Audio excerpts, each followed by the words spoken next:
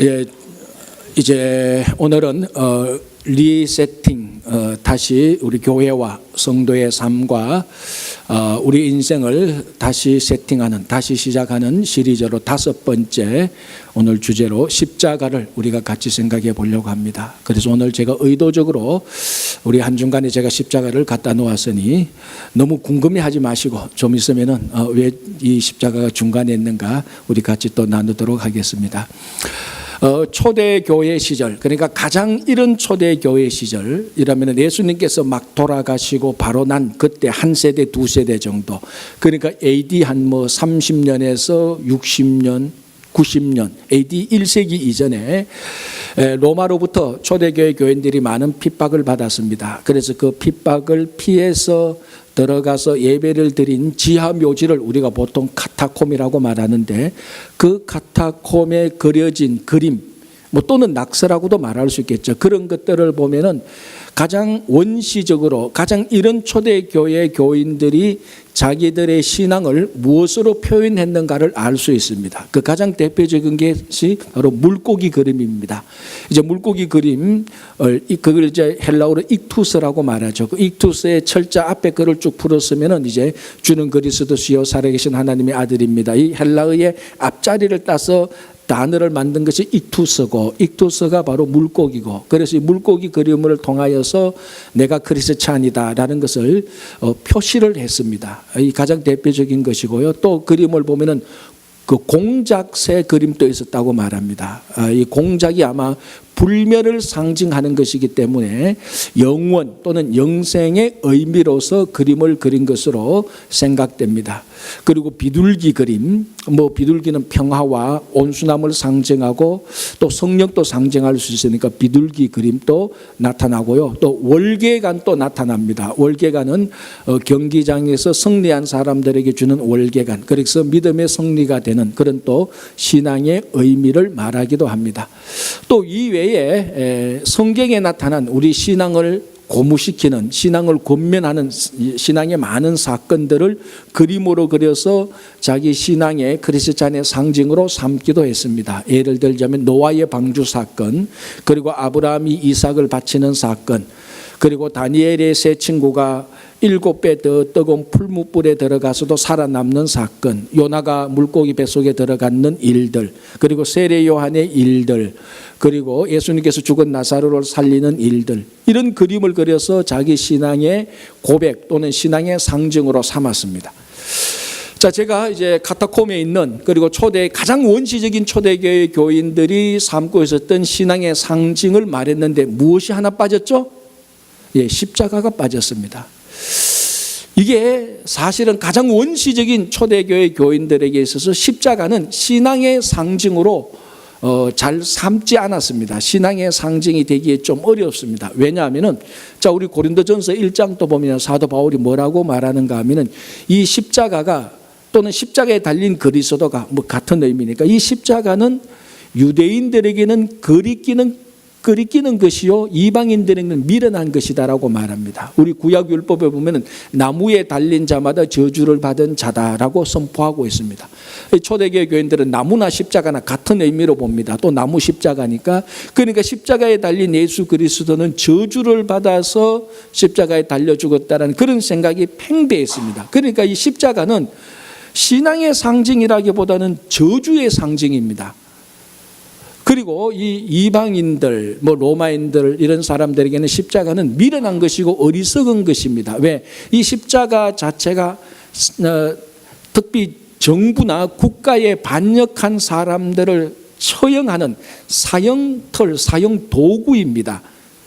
여러분 한번 생각해 보십시오. 여러분 신앙의 상징 또는 우리가 좀 더 해석해서 교회의 이름을 짓는데, 여러분 자녀나 손자, 손녀의 이름을 짓는데 저주받은 이름, 사람들이 생각하기에는 놀리는 이름, 미련한 이름, 어리석은 이름을 또는 그런 상징을 교회나 자녀들의 이름에 갖다 붙이겠습니까? 그렇지는 않잖아요.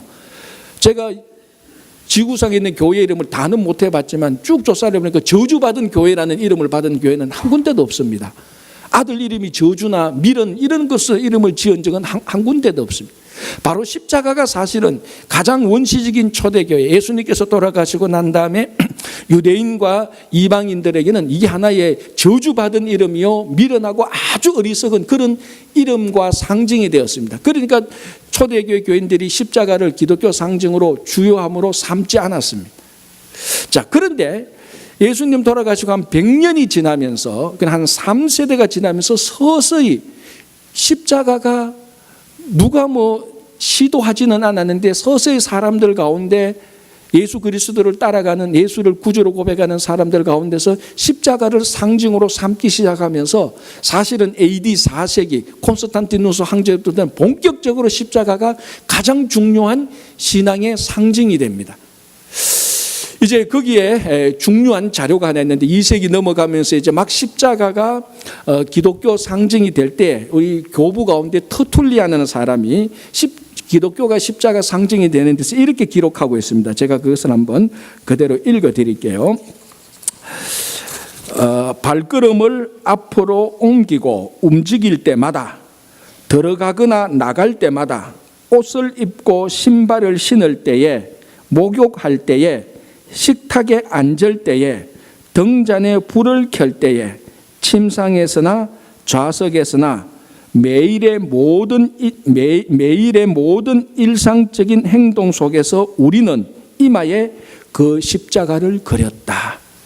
그 저주받은 상징이에요, 십자가가. 지금 우리는 십자가가 가장 고결한 신앙의 가치로 생각하겠지만 원래는 저주받은 상징입니다. 그래서 버렸고 감히 사람들의 입에서 발음도 못했고 생각도 못했던 것인데 예수님 돌아가시고 100년이 넘으면서 이제 그 저주받은 표시가 기독교 신앙의 상징으로 본격적으로 나타나기 시작하면서 이후로 계속해서 지금까지 십자가는 기독교 신앙의 상징입니다.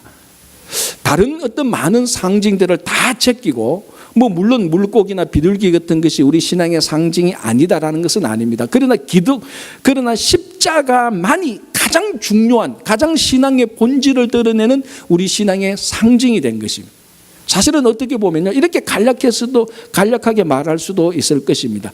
지난 2000년 동안 십자가가 기독교 상징이 되었고 십자가가 기독교의 가장 중요한 의미가 되었기 때문에 지금까지 이 기독교가 남아있었다라고도 말할 수 있는 것입니다.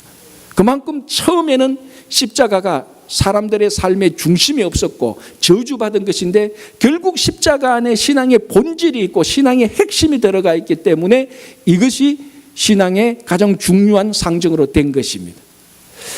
자, 이유와 원인은 다르지만은 지난 한 40-50년간 기독교에서 일어난 현상을 보면 이 초대교회에 일어났던 현상이 다시 데자뷰, 그러니까 다시 반복되는 듯한 기분이 듭니다. 무슨 말인가 하면은 1980년대 그때 이제 신앙의 중심이 자기 중심의 신앙을 가지게 되는 흐름이 나타났습니다. 그래서 신앙이 나 중심입니다. 무슨 말인가 하면은 내가 예배 드려서 기분이 좋으면은 그 예배는 은혜로운 예배예요.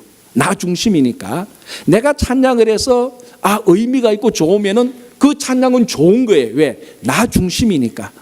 내가 오늘 교회 가서 섬겼는데 일이 잘 되면은 그 섬김은 정당하고 좋은 거예요. 왜? 내가 봐서 좋으니까. 이제 이런 현상이 80년대에 일어나면서 1990년대에는 이 신앙의 중심에서 십자가가 거의 막 사라지게 되는 현상들이 일어납니다. 그리고 2000년대에 들어오면서 지금까지 십자가의 자리에 성공, 출세, 번영 이런 것들이 자리를 많이 차지하게 됐습니다. 그래서 어느 날 눈을 떠보니까 교회와 성도의 삶에 십자가가 삶의 한 중심에 있는 것이 아니고 언저리로, 가장자리로, 또 때로는 아예 바깥으로 사라져버린 현상들이 지금 일어나고 있는 것입니다. 이게 초대교회 처음에 십자가가 저주받아서 쫓겨났던 그 저주받은 상징이라고 해서 쫓겨났던 그런 현상들, 이유와 원인은 다르지만 최근 한 40-50년간에 그런 일이 일어났던 것입니다. 무슨 말인가 하면 다시 우리가 기독교를 우리 신앙의 중심으로 갖다 놓지 않는다면 앞으로 기독교는, 우리가 믿는 신앙은 살아남지 못할 것입니다. 처음에 십자가가 신앙의 상징이 아니었다가 십자가가 신앙의 상징과 이 십자가가 신앙의 중심이 들어와서 지난 2000년 동안 신앙이 살아남았고 활력이 있었습니다. 그런데 지금은 세속주의와 편리주의와 온갖 다양주의, 다오나 포스트 모던 온갖 이름들이 다 들어오므로 신앙의 중심에, 교회의 중심에 십자가가 자꾸 사라지고 안 보이게 되는 것입니다. 그래서 지금 시급한 것은 십자가를 다시 각자의 삶 속에, 그리고 가정과 일터와 교회에 십자가가 다시 한중간의 중심에 나타나야 되는 것입니다. 존 피셔라는 CCM 찬양사역자가 찬양사역을 위해서 여러 교회를 방문합니다. 여러 교회를 방문하면서 자기가 겪었던 얘기를 하나 하는데, 즉 커네티컷 어느 조그만 마을에 갔는데 그 교회 문을 열고 예배실에 앉았는데 참 특이한 것을 발견했답니다. 그게 바로 그 교회 십자가가, 오늘 지금 제가 의도적으로 여러분 앞에 십자가를 갖다 놓은 것처럼 십자가가 그 교회 한중간에 있다는 것입니다. 강대상으로부터 1m, 지금 뭐 우리하고 약간 다르지만, 그리고 십자가의 크기는 3m 정도. 이게 강대상의 교회의 한중간에 있다는 겁니다. 보통 십자가들 여러분 다른 교회 가보면 십자가가 어디에 있습니까? 전면 벽에 이렇게 한 8 내지 90%는 전면 벽에 다 붙어 있습니다. 아니면 뒷면, 아니면 가끔 옆면 벽에 이 십자가가 붙어 있는데, 그 교회는 본당 한 중간에 십자가가 딱 세워져 있는 것입니다. 이게 건축학적으로 봐도요 굉장히 잘못된 건축입니다. 우리 지금 십자가는 이건 움직일 수 있는 십자가지만 그 교회는 아예 고정을 시켜놨다는. 그러니까 좀 생각해 보십시오. 건물 한가운데 십자가가 딱 고정되면은 그 건물학적으로, 공간적으로도 공간 사용이 굉장히 비효율적이죠. 그리고 오늘 지금 여러분들하고 저하고 지금 십자가를 중간에 놓고 보니까 좀 불편하지 않습니까? 저도 사실은 불편해요. 여러분들 얼굴 보려니까 의도적으로 자꾸 이렇게 기울어지기도 하고, 여러분들도 설교자의 얼굴을 보려고 하니까 뭐 보기 전에 뭐 이 나무 십자가를 거쳐야 되니까 뭔가 모르게 무의식적으로도 불편하고 어색합니다. 존 피셔라는 그분도 똑같은 거를 느꼈죠. 예배 내 드리면서 예배는 별로 관심 없고 왜 십자가가 저리 한중간에 있어서 우리를 불편하게 하고 어색하게 하고, 누가 건물을 이렇게 지었는지, 누가 이렇게 설계를 했는지 그런 의심 가운데서 예배를 드리는데 마지막 점에 가서 하고 하나 깨닫게 되는 겁니다. 그게 뭡니까? 그렇지, 십자가가 교회 중심에 있어야지. 그렇지, 이게 맞는 거지. 우리가 불편하더라도, 우리가 어색하더라도, 우리가 잘 적응이 안 된다 할지라도 십자가가 중심에 있어야 되는 것이 맞지 않겠는가? 그렇지, 십자가가 중심에 있는 것이 맞다라고 자기의 깨달음을 기록해 놓은 글이 있습니다. 자, 여러분 지금 이제 제가 십자가를 중심에 놨습니다. 여러분들이 지금까지 예배를 드리면서 오늘만큼 십자가를 많이 바라본 적이 있습니까? 없을 겁니다. 지금 여러분하고 저하고 보는 데는 십자가를 거쳐서 봅니다. 저거 여러분들 보면 십자가를 의식적이든 무의식이든 십자가를 보고, 여러분들을 보고, 여러분들도 저를 볼 때 설교를 듣는데 뭔가 십자가를 거쳐서, 십자가를 통해서 설교를 듣고 설교자를 보고 생각을 하게 되는 것입니다. 왜 이런 일이 생깁니까? 왜 모든 것이 십자가 중심으로 돌아갑니까? 십자가가 우리 삶에, 우리 공간에 한중간에 있기 때문에 그럽니다. 이게 정상이고 이게 사실은 십자가의 진리인 것이죠. 그래서 우리는 이게 불편하고 힘드니까 십자가를 중심으로 바깥으로 내어놓고 나니까 편하거든요. 그러다 보면은 한 걸음 한 걸음 나가다 보면 우리 삶 속에서 십자가는 사라지게 되는 날, 기독교도 사라지고 우리 신앙도 사라지게 되는 것입니다. 불편해도 힘들어도 어색해도 적응이 안 돼도 십자가는 우리 각자의 삶의 한중간에 서 있어야 되는 것입니다. 영국의 유명한 설교가 마틴 로이드 존스 목사님이 1963년도 웨스트민스터 교회에서 이제 갈라디아서를 강해하고 있었습니다. 그때가 1963년 11월 달에 갈라디아서 6장을 이제 강의하고 있었는데, 여러분 잘 아시다시피 1963년도 11월 22일에 존 F 케네디가 암살당하게 됩니다. 그 뭐 전 세계에서 가장 중요한 빅 뉴스죠. 모든 언론, 통신, 방송사에서 전부 다 그 케네디 암살 소식을 전파하고 케네디 암살 소식에 대한 분석하고 해설을 합니다. 뭐 언론뿐만 아니라 모든 사람들이 모이면은 335 그 얘기합니다. 학교나 뭐 병원이나 어떤 공공기관에 다, 교회에서도 당연하죠. 그게 전 세계적인 큰 이슈니까. 그 당시 거의 모든 사람의 메시지에는 케네디를 언급하지 않을 수가 없습니다. 마틴 로이드 존슨 목사님이 목회하고 있던 웨스트민스터 교회는 영국에서 가장 영향력이 큰, 가장 지성인이 많은, 가장 엘리트가 많은, 가장 고관 대작들이 많은, 가장 정치 이슈에 민감한 사람들이 많이 모였던 교회입니다. 그때에도 그 소식을 들었던, 케네디 암살 소식을 들었던 마틴 로이드 존슨 목사님은 갈라디아서 6장 14절을 강해하고 있는데 마침 그 내용이 뭔가 하면은 우리는 십자가에 달린 예수 그리스도 외에는 자랑할 것이 없도다. 바로 그 말씀입니다. 그 말씀이 하나의 오류도 없이, 하나의 다른 것 습관 없이 원래 준비했던 그 말씀만 그대로 설교를 했습니다. 그래서 예배 다 마치고 사람들이 좀 웅성웅성할 거 아닙니까? 아니, 이 중요한 이슈를 목사님이 설교 시간에 좀 언급해주고 그걸 좀 어떻게 반영할까 얘기를 해줬으면 좋겠는데 이제 그런 컴플레인이 들어옵니다. 그때 마틴 로이드 존슨 목사님이 이렇게 말했다고 합니다. 물론 케네디라는 인물은 중요하고 암살 소식은 중요하지요. 그러나 어떤 케네디가 와도 역사와 삶의 중심은 예수 그리스도입니다. 예수 그리스도 외에는 우리 삶의 중심이 되어야 될 것은 아무것도 없습니다. 그래서 여전히 나는 예수 그리스도, 우리 삶과 교회와 역사의 중심인 예수 그리스도를 선포합니다라고 얘기했던 것입니다. 물론 논란의 여지는 있지만 중요한 것은 여전히 그 메시지에, 그 교회에, 그 역사와 삶의 중심에 예수 그리스도의 십자가가 있어야 되고 있었다는 것 때문에 아직까지도 신앙이 살아있는 것입니다. 여러분 마찬가지입니다. 우리 각자의 삶 속에 가정과 교회와 여러분들의 일터에 십자가가 한 중간에 있어야 됩니다. 한 중심에 있어야 됩니다. 불편하고 힘들다고 해서 밖으로 내어 미는 것이 아니고 여전히 중심에 있어야 됩니다. 이 말은 무슨 의미인가? 우리가 생각할 때 십자가를 생각해야 된다는 것입니다. 어떤 일을 결정할 때 십자가 중심으로 결정을 해야 되는 겁니다. 더 구체적으로 말하자면 내가 돈을 쓸 때도, 돈을 벌 때도 십자가가 중심이 되어야 됩니다.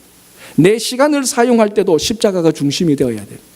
내 능력을 사용할 때도 십자가가 중심이 되어야 됩니다. 많은 성도들이 비즈니스와 돈과 시간과 능력을 사용할 때 십자가 대신에 효율성, 생산성, 이익과 손해가 중심이 되어서 판단하고 결정합니다. 그러나 우리는 다시 한번 오늘 십자가를 보면서 모든 생각과 행동과 우리 삶의 모든 것에서 아주 적은 것에서부터 가장 큰 것에 이르기까지 효율성, 이익, 어떤 생산성 이전에 십자가가 중심이 되어야 됩니다.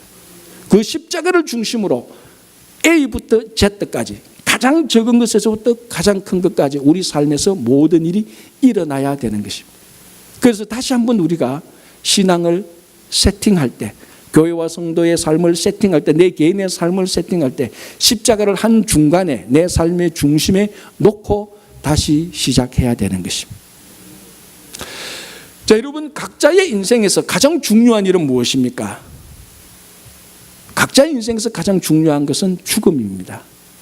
이 땅에서 죽음은 모든 것을 멈추게 하는 것입니다. 이거는 우리가 다 중요하게 생각하고 진지하게 생각을 합니다. 어느 누구도 죽음에 대해서 가볍게 생각하는 사람은 아무도 없어요. 가장 중요한 문제로 생각합니다. 그러나 이 죽음은 어디로부터 나온 것입니까? 죄로부터 나온 것입니다. 죄가 죽음을 발생시킨 것입니다. 그런데 많은 성도들조차도 죽음의 무게는 굉장히 무겁게 받아들이는데, 죽음은 굉장히 중요하게 생각하는데 그 죽음을 일으키는 죄에 대해서는 별로 무겁게 생각하지 않습니다. 아주 가볍게 생각합니다. 때로는 죽음과 죄를 관계를 끊어버리고 아무런 연관성이 없는 것처럼 생각합니다. 절대로 그렇지 않습니다. 죽음만큼 죄는 무거운 주제고 이 죄를 반드시 해결해야 되는 것입니다. 그런데 사실 우리 삶의 주변을 보면은 이 죄의 문제가 얼마나 심각한지, 얼마나 무서운 것인지, 얼마나 추악한 것이 여전히 드러나고 있습니다. 뭐 그걸 이야기하려면은 이건 뭐 어디서부터 어떻게 이야기가 될지 모르겠다. 우리 삶 현장에서 일어나는 수없이 많은 죄의 심각성, 잔인성 이런 것들. 제가 한 며칠 전에 고문의 역사라는 이런 책에 관하여서 내용들을 봤습니다. 이제 거기 보면은 인류 역사적으로 가장 잔인한 고문 도구들이 나옵니다. 이게 뭐 설교에 합당한 이게 이야기인지는 모르겠지만은, 그래서 제가 가장 잔인한 고문 도구는 말하지 않고 한 중간쯤 되는 거 하나를 말씀드리겠습니다. 이게 뭐냐면은 이제 이게 고문 털이라는 건데, 사람보다 좀 더 크게 만들어 놓고 사람들을 고문털에 눕혀 놓고 손발, 양손, 양발을 다 아래 위로 묶습니다. 그리고 묶어 놓고 그것을 당깁니다. 그럼 어떻게 됩니까? 사지, 양손, 양다리가 늘어나게 되는 겁니다. 당기지니까. 끝까지 당기면 어떻게 됩니까? 뼈가 우두둑 부서지고 관절이 무너지고 깨져서 끝까지 당기면은 사지가 다 절단 나는 거죠. 그렇게 고문을 잔인하게 무섭게 하는 것입니다. 이걸 가리켜서 우리 한자로 보통 능지처참이라고 말합니다. 물론 한국에서 능지처참형은 요거하고 다르지만 우리가 일반적으로 능지처참이라고 말합니다. 능지처참은 국가반역죄, 임금에게 대하여서 음모를 꾸민 사람, 그러니까 그 나라와 정부 국가에서 가장 무서운 죄를 지은 사람에게 내리는 죄가 능지처참입니다. 이 중국과 한국에서는 이 벌을 어떻게 하는가 하면요, 이 참 설교에서 잔인한 얘기해서 죄송합니다만, 소를 4마리 가져와서 이 소에다가 한 마리에다가 양손 양다리를 묶어서 동서남북으로 놔둡니다. 그래서 소를 치면은 소가 각자 방향으로 4방향으로 흩어집니다. 그러면 사람은 어떻게 됩니까? 사람 몸이 사지가 다 끝까지는 끊겨져 나가는 겁니다. 이게 얼마나 고통스럽겠습니까? 산 사람을 그렇게 하는데. 그 고문의 역사를 보면 이런 고문은 중간 정도밖에 안 됩니다. 공적으로 말씀드리기가 너무 잔인해서 끔찍한 고문 도구가 있어요. 무슨 말인가? 인간의 죄가 이만큼 끔찍하고 잔인하고 폭력적이라는 것입니다. 자, 우리 1970년대 캄보디아에서 있었던 유명한 사건들이 있죠. 그 영화에서도 나오던데 무슨 사건입니까? 킬링 필드. 그 khmer rouge 정권이 캄보디아 인구의 3분의 1을 대량 학살해서 200만 명을 죽입니다. 한 3, 4년 사이에. 이게 얼마나 끔찍한 일입니까? 이것도 어떻게 죽이느냐? 이제 지식인들을 다 죽입니다. 대표적으로. 그리고 한 도시에 100만 명 되는 사람을 다 나가도록 하고 이 도시를 유령 인구로 만드는데, 그 지식인을 죽이는데 사용하는 사람은 누군가 하면 청소년들, 10대 청소년들을 세뇌시켜서 지식인들, 자기 아버지와 같은 지식인들을 다 죽입니다. 그때 죽었던 사람들을 보면 캄보디아에 있는 대학 교수들의 80 내지 90%가 다 처형당했습니다. 대학생들은요, 그 자기 동생과 같은 청소년들한테 50%가 그냥 죽는 겁니다. 참 이게 뭐 우습다고 해야 될지 무섭다고 해야 될지, 그때 자료를 보면요, 그냥 안경을 낀다는 이유만으로 지식인이라고 해서 그냥 죽여버리는 겁니다. 영어를 사용한다고 해서, 영어를 배웠다고 해서 지식인이라고 해서 그냥 죽여버립니다. 손이 부드럽다고 해서 지식인이라고 해서 그냥 죽여버립니다. 제가 그걸 보면서 깜짝 놀랐습니다. 내가 안경 꼈죠. 영어 배웠죠. 또 제 손이 좀 부드러워요. 이게 보기는 이래도 제 손이 좀 부드러운 편이에요. 남자 손치고. 야, 이거 3중고에 나는 다 걸려. 이게 우스운 일인, 웃어야 될지 울어야 될지 모르는 일입니다. 킬링 필드, 뭐 이런 사건들이 역사적으로 얼마나 많이 났습니까? 이런 사건들을 볼 때 우리는 인간의 죄가 얼마나 끔찍하다는 것을 알게 됩니다. 야, 참 사람의 죄가 이렇게 끔찍하고 폭력적이고 무시무시하구나라는 것을 알게 됩니다. 그러나 한 가지, 아무리 고문털을 보고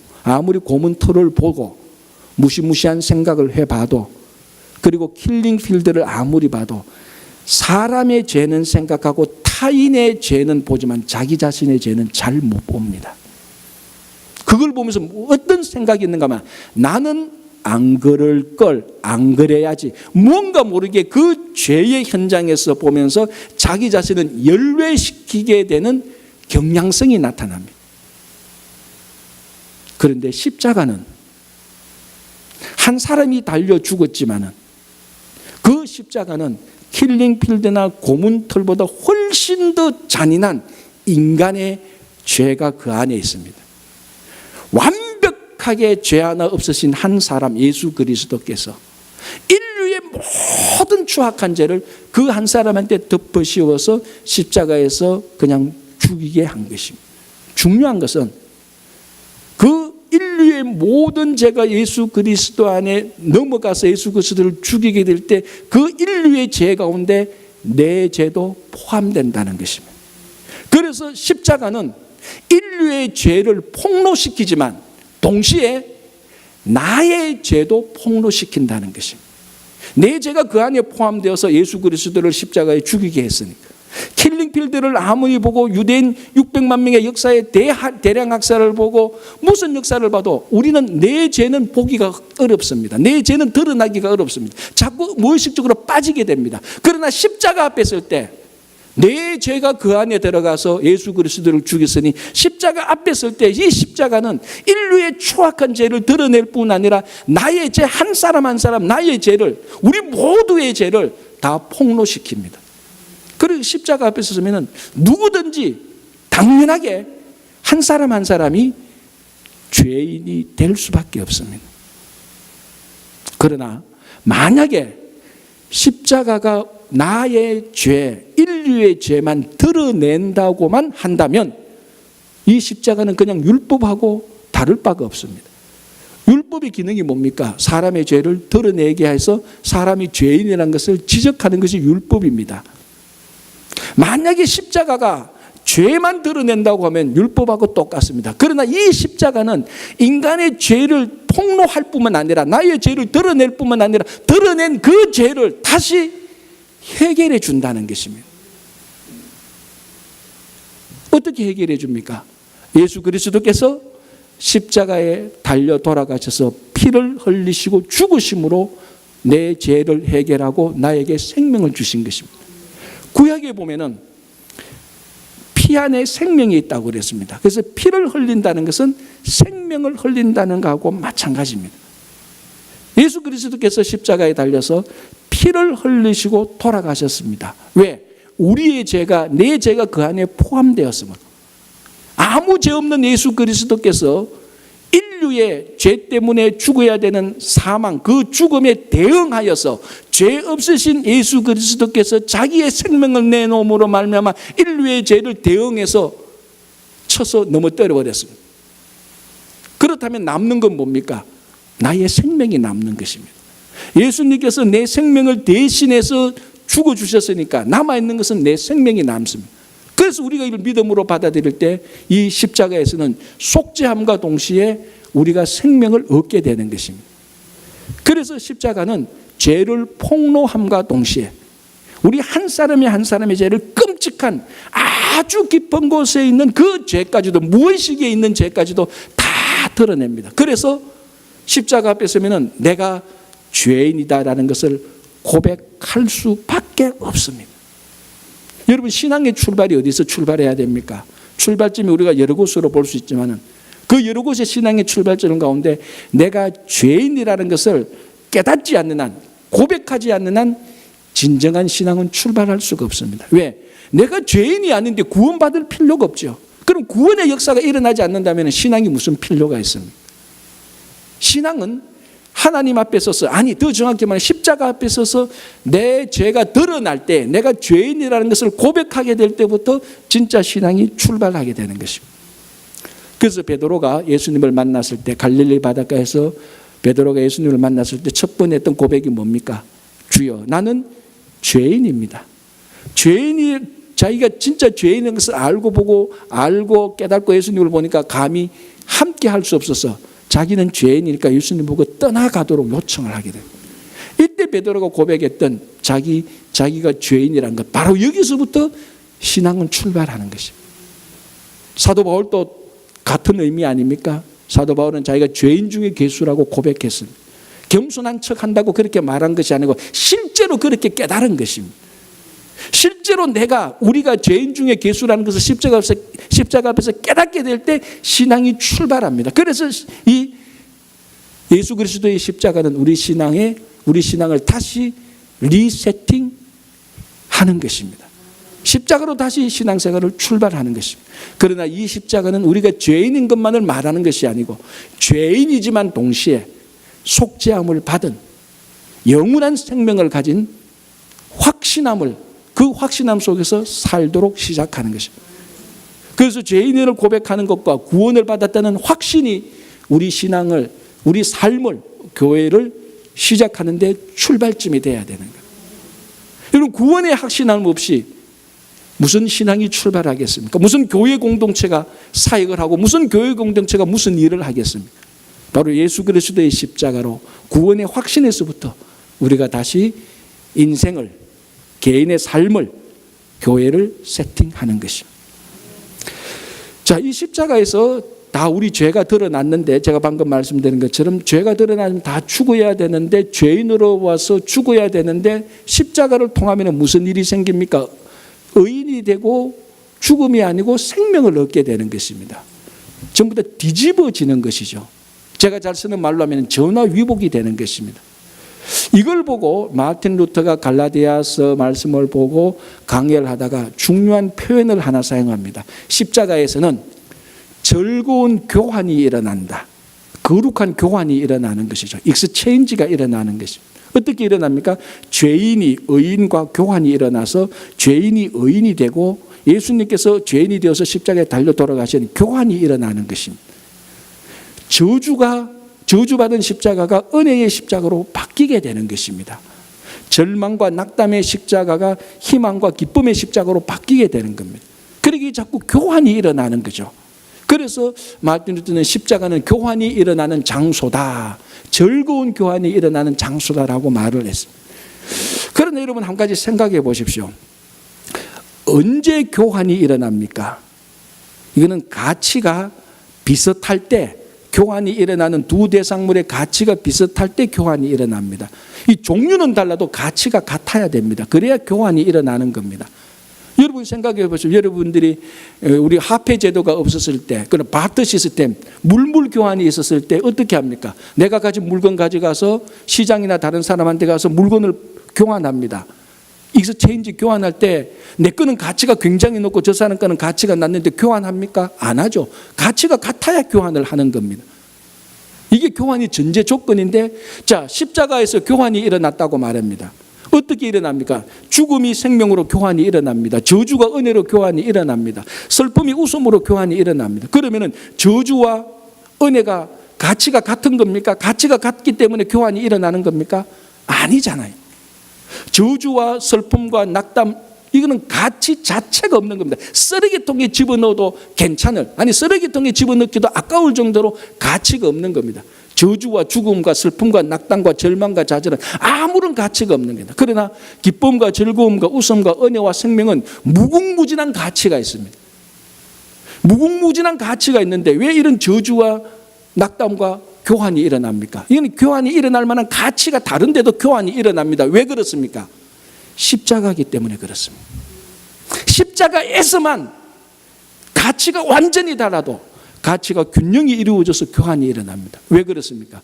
십자가에서 달려 돌아가신 예수 그리스도의 보혈의 공로 때문에 그렇습니다.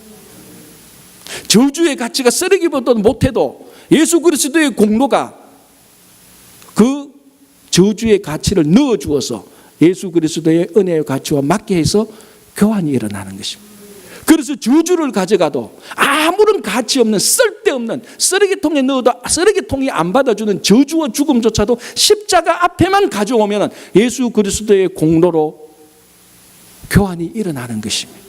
그래서 생명이 일어나고 은혜가 일어나고 하나님의 복이 일어나고 용기가 일어나고 희망이 일어나는 것입니다. 다른 데서는 없습니다. 어떤 누구도 어떤 장소에서도 이런 교환은 일어나지 않습니다. 오직 예수 그리스도 십자가 보혈의 공로가 있는 십자가에서만 일어나는 것입니다. 바로 중세 때에 이걸 남용한 것이죠. 중세 교회가 타락했을 때 예수 그리스도의 공로 대신에 먼저 죽었던 성인들의 공로로 대체해서 돈으로 성인들의 공로를 삽니다. 그러면 자기 가치가 높아지고 그 연옥에 있던 자기 생명이 천국으로 올라가게 되는, 또는 연옥에 있던 자기 조상의 그 영혼이 천국으로 올라가게 되는, 성인들이 남아있는 가치 때문에 올라가게 되는, 그래서 잉여 공로설 뭐 이런 얘기가 나와서 타락한 중세 때 예수 그리스도 보혈의 공로를 사람으로 대체해서 타락하게 돼서 그래서 면죄부가 생기게 된 것입니다. 이 모든 것은 거짓이고 사기입니다. 오직 한 군데 십자가에서만 그런 교환이 일어나는 것입니다. 예수 그리스도 보혈의 공로가 있는 곳에서만 그런 교환이 일어나는 것입니다. 여러분들이 가지고 있는 것이 무엇입니까? 우리 이민자들 가지고 있는 것, 힘과 능력과 용기와 기쁨과 즐거움 대신에 피곤함과 바쁨과 절망과 좌절과 낙담이 훨씬 많습니다. 어떻게 보면은 객관적으로 보면 긍정적인 것보다 부정적인 것이 훨씬 더 많은 게 이민자의 전체적인 삶입니다. 이 부정적인 것, 쓰레기보다도 가치가 없다고 생각되어지는 것을 어떻게 해야 됩니까? 십자가 앞에 가지고 오는 겁니다. 십자가 앞에서만 교환이 일어나는 것입니다. 위대한 것으로, 주님의 사랑으로, 주님의 은혜로 교환이 일어나는 것입니다. 그래서 여러분들의 눈물을 십자가 앞에 가지고 와 보십시오. 그 눈물이 웃음으로 교환될 겁니다. 절망과 좌절과 파산을 십자가 앞에 가지고 오십시오. 그러면 희망과 다시 일어서는 것과 용기로 교환이 될 것입니다. 아픔이 있습니까? 십자가 앞에 가져오시면 건강으로 교환되는 겁니다. 저주가 있다면 가지고 오십시오. 가지고 오시면 하나님의 은혜로 교환되는 것이 유일한 십자가, 그곳에서는 일어나는 것입니다. 많은 사람들이 이렇게 말합니다. 아이고, 저 일이 내 인생의 십자가야. 저 사람이 내게 인생의 십자가야. 내 인생의 십자가야. 저것 때문에 힘들어 라고 말을 합니다. 많은 사람들이 십자가 때문에 인생이 힘들다고 생각합니다. 착각입니다. 십자가 때문에 인생이 힘든 게 아니고 십자가가 없어서 인생이 힘든 겁니다. 왜? 십자가는 하나님의 능력을 우리들에게 교환해 주는 능력이 있는데 그 능력의 십자가가 없으니까 인생이 힘든 거죠. 여러분 한번 보십시오. 정말로 예수 그리스도의 십자가를 지고 가는 인생에 예수 그리스도의 십자가의 능력이 나타날 때 그 십자가 때문에 인생이 힘듭니까? 그 십자가가 없으니까 세상의 잡다한 일 때문에 힘든 것이지.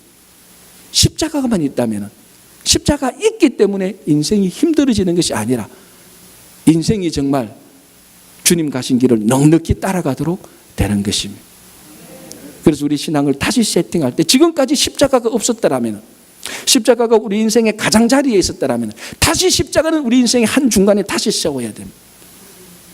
그리고 이 십자가를 보면서 내 죄가 드러남을 바라보고 내가 죄인이구나 겸손해지면서, 그럼에도 불구하고 십자가에서 구원해 준 예수 그리스도의 속죄의 은혜를 찬양하면서 구원의 확신 속에서 살아가야 되는 것입니다. 여러분, 십자가를 치우고 싶습니까? 아닙니다. 십자가를 치우면 정말 인생이 힘들어집니다. 십자가 때문에 여러분들이 넉넉히 승리하는 그런 삶을 살아가는 여러분 되시기를 바랍니다.